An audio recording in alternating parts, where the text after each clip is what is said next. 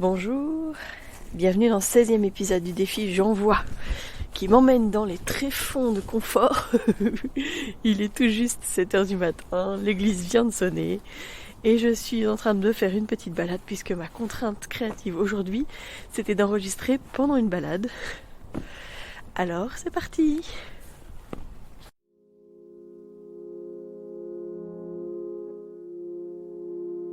Bienvenue dans Bulle de Sage-Femme, le podcast qui déconstruit les croyances, démystifie les peurs sociétales, redonne toute sa place à la physiologie des femmes qui savent enfanter dans leur pleine puissance, mais aussi des bébés qui savent se mettre au monde.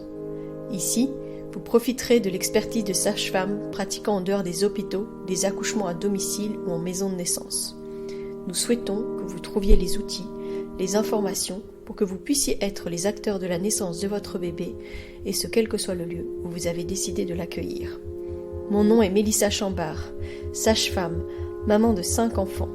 À chaque épisode, je vous partagerai mes astuces, mes bons plans, mon expertise, des anecdotes, mais aussi des témoignages de parents, de sages-femmes et des rencontres inspirantes autour de la périnatalité, dans la bienveillance, la force, la puissance.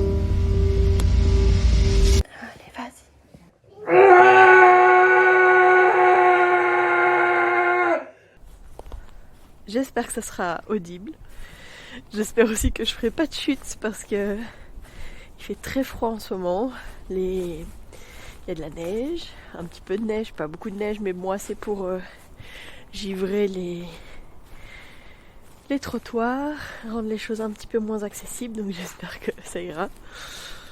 Et surtout que ce sera audible parce que j'ai pas l'habitude évidemment d'enregistrer dans ces conditions. Alors aujourd'hui du coup je vais en profiter pour vous parler de l'activité physique pendant la grossesse, puis surtout des randonnées, de la marche quoi, parce que l'activité physique c'est recommandé évidemment pendant la grossesse, mais qu'est-ce qu'il en est en fait des effets de la connexion avec la nature, le fait d'aller se balader dans les bois ou dans les champs ou aller dans un parc, etc. Et donc on va parler de ça, parce que je pense qu'on minimise un petit peu trop l'effet justement de la nature sur le fonctionnement de notre corps en général et surtout au moment de la grossesse. Donc est-ce que vous avez déjà ressenti justement à quel point aller dans un milieu naturel, marcher dans les bois, faire une balade, etc. avait un impact justement sur comment est-ce que vous vous sentiez, comment est-ce que vous ressentiez les choses, comment est-ce que ça a aidé dans votre humeur. Des fois je sais que chez moi, mon mari, ça lui arrive de dire je vais sortir parce que là, il serait un petit peu trop énervé, un peu dans les émotions difficiles, dans le stress, etc. Et que juste d'aller marcher un petit peu lui fait du bien. Tout ça a été démontré avec des études. Il y a des études scientifiques qui ont été faites sur le sujet de la connexion avec la nature et la grossesse, et aussi le postpartum. Et donc, je pense que c'est important justement de parler de ça. Vous savez que même, ça me faisait rire quand elle disait ça, mais Karine la sage-femme, elle préconise aux gens, en fin de grossesse, elle dit aux femmes, il faut que tu trouves ta côte, et que tu fasses justement au moins ta côte une fois par jour, voilà, pour faire de l'activité physique, etc. Mais donc il y a une étude qui a montré en tout cas les bienfaits de la nature pendant la grossesse et le postpartum, et cette étude elle a montré l'effet positif justement au niveau du psychisme, au niveau du stress. En fait, ça a montré que vivre à proximité d'espaces verts et d'aller se balader en nature, ou en tout cas aller dans son jardin, etc. Pendant la grossesse, ça diminuait les risques et les symptômes de dépression du postpartum, les dépressions pendant la grossesse.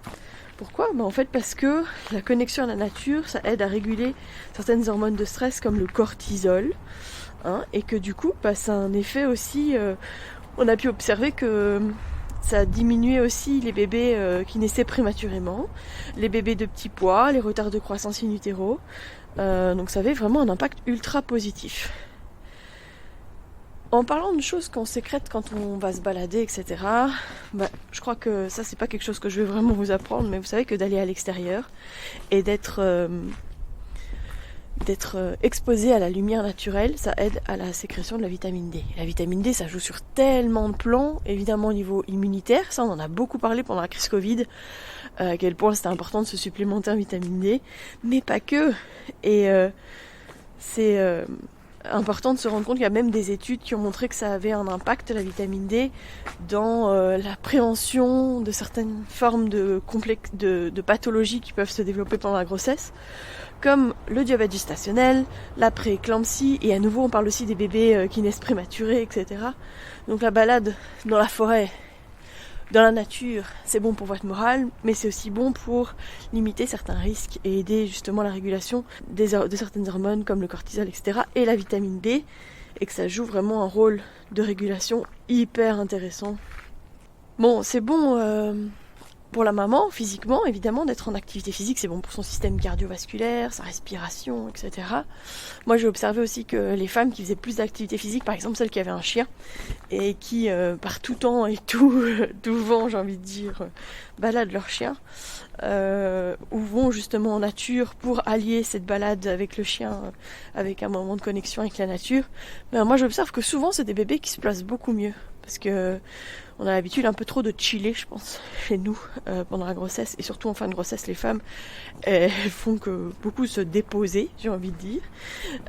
Et que du coup, ça joue beaucoup aussi sur le positionnement des bébés. En plus de ça, il y a une étude britannique... Enfin non, une étude européenne. Je sais pas trop si c'est britannique, j'avoue que j'ai pas trouvé, même s'il y a beaucoup de noms un peu anglophones dedans, mais qui a été faite sur 11 pays européens et qui a montré justement que les femmes qui vivaient à proximité d'espaces verts, alors ils ont fait des quotas par rapport à est-ce qu'elles habitent à 500, 400, 300, quel est leur niveau social, etc. Enfin c'est assez élaboré comme truc, parce qu'en même temps sur 69 000 femmes, il faut quand même avoir un random qui soit correct. Et en tout cas, ce que ça a montré à nouveau, qu'il y avait moins de retard de croissance in utero, que en plus ça montrait que pour bénéficier de cet effet positif du fait d'être en connexion avec la nature, et en fait il fallait au moins 2 heures par semaine. Je pense que ça va quoi.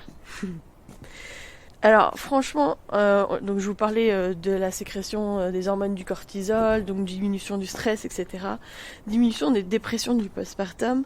Mais en fait la luminothérapie, c'est pas de la gnognotte quoi. Donc moi je sais pas, je me suis rendu compte à quel point j'étais sensible à la lumière quand je suis arrivée en Belgique. La première hiver en Belgique, c'était tellement horrible. Il y avait ce gris belge là, avec la lumière diffuse du matin jusqu'au soir, où on sait pas où est le soleil tellement il fait gris. Et moi, je commençais à sérieusement déprimer, quoi. Je me suis d'ailleurs demandé si je faisais pas une dépression, le fait d'être loin de mon homme, le fait d'être toute seule dans un pays, etc. Et puis en fait, il a fait beau 2-3 jours, et c'est revenu, quoi. Le moral était à nouveau là. J'étais à nouveau prête à aller à faire ces études-là, et wow, là ça glisse. Donc c'était assez fou, et donc je pense qu'on minimise vraiment à quel point l'activité extérieure, l'exposition à la lumière naturelle, etc. a un impact avec la diminution du risque de dépression, et puis il n'y a rien à faire, la lumière ça régule aussi beaucoup notre horloge biologique, et ça stimule aussi la production d'autres hormones comme la sérotonine, l'hormone du bonheur, et donc ça aide à réguler l'humeur évidemment.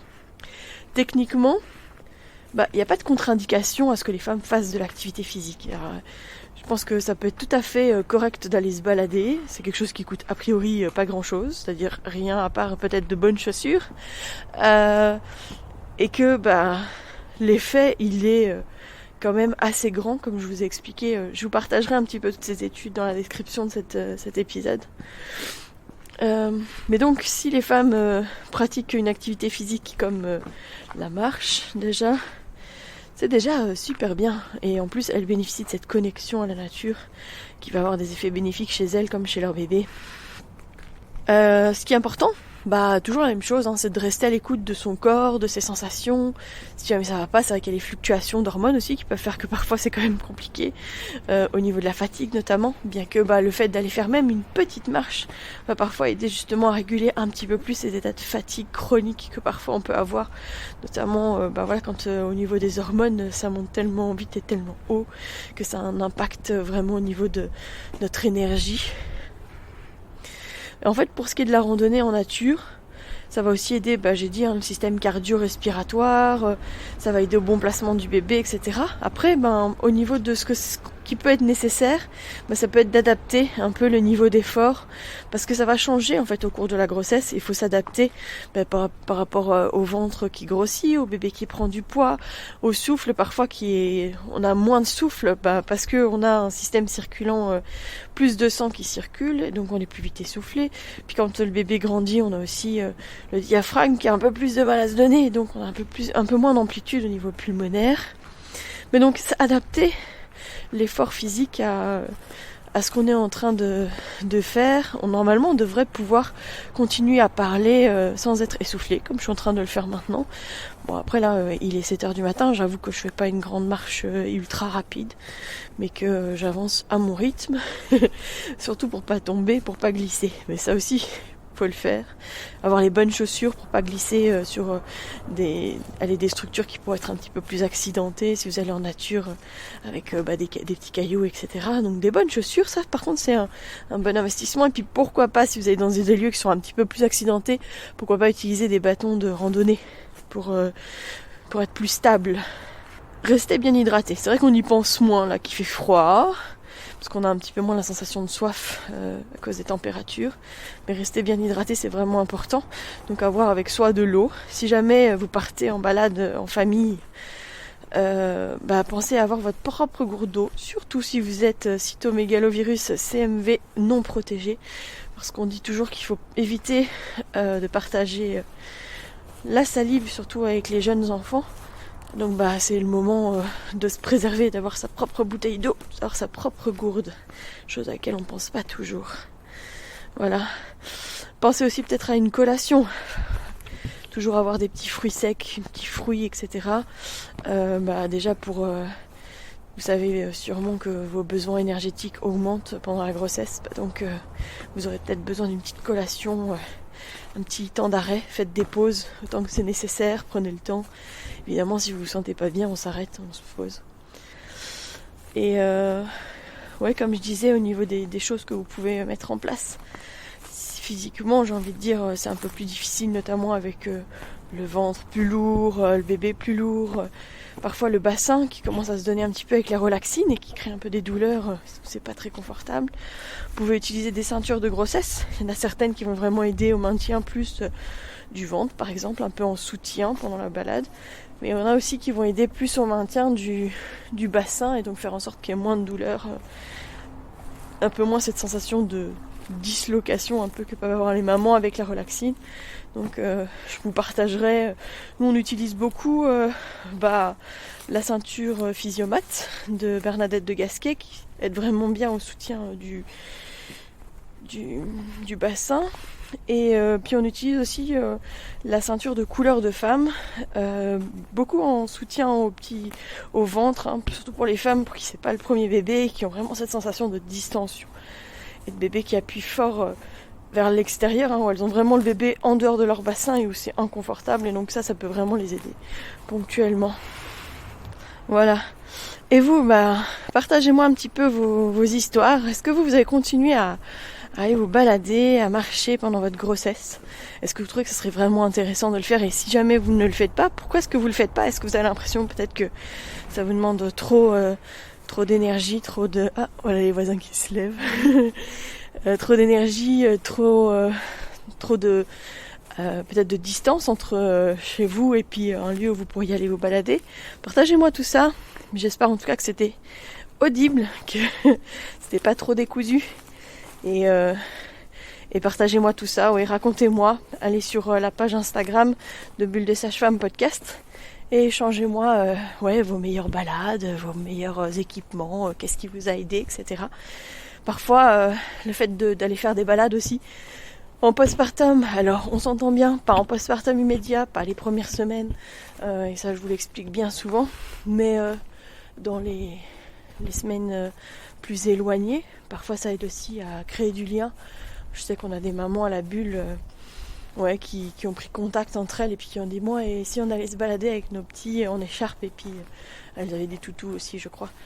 Mais du coup elles ont créé du lien et elles sont devenues de bonnes amies de ce que je sais. Donc ça peut être aussi l'occasion de couper un petit peu l'isolement qu'on peut avoir en postpartum. Ça peut être super intéressant d'allier des moments de connexion avec d'autres, avec des moments de connexion avec la nature. Voilà. Je vous donne rendez-vous demain et d'ici là, portez-vous bien.